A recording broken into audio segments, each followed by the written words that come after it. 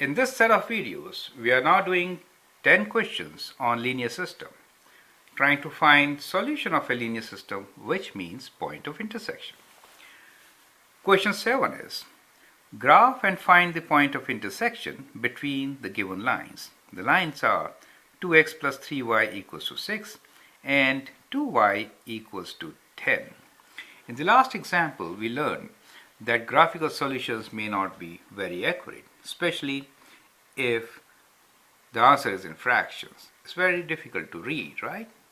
Now, that may not be the case always. Normally, when we give you a question to find graphical solutions, they do intersect at cross points where you can read easily.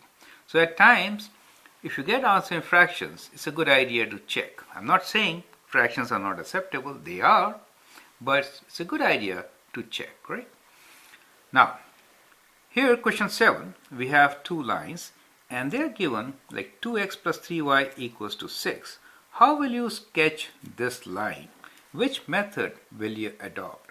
This is first question which should come to your mind. Anytime equation is given in this form, the best method is to find intercepts, right? So we will find x and y intercepts to solve such a problem. So x-intercept. What is x-intercept? X-intercept is a point where the line crosses x-axis, and at that point y equals to 0. So if you plug in 0 here, you get 2x equals to 6, or x equals to 3, and so 1, 2, 3, you get your point of x-intercept. Now let's do y-intercept. Y-intercept is a point where the line crosses y-axis. At that point, x is 0. If I substitute 0 here, I get 3y equals to 6, or y equals to 6 divided by 3, which is 2. 1, 2. Now to draw a line, we actually need just 2 points. Once we have them, connect them with a straight line. So that should solve the problem of sketching line, right? So that's a neat graph. Let's take our time to draw a line like this. It's not a bad idea to put arrows on both the sides, right? Even if you don't, we'll assume that they are there. So that's what you get on the graph when you sketch 2x plus 3y equals to 6. Now the second line is 2y equals to 10. So we have 2y equals to 10. How will you sketch this one? Well, that means y equals to 5. Y equals to 5. What does that mean?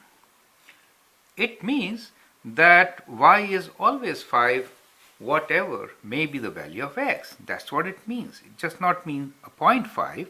1, 2, 3, 4, 5. That happens to be the y-intercept, but means all the points are in a line where y is 5. Do you see? So it is just a horizontal line with slope 0. Therefore, you get y equals to 5 as a horizontal line. There you go. And from here, we can read the point of intersection, which seems to be right there, correct? So it didn't really coincide at a point where we were expecting, but whatever we get, right? So what do we get from the graph? We get 1, 2, 3, 4, and it is closer to 5. Let's say this is 5, and this is also 5 for us. So y value we know has to be 5, correct?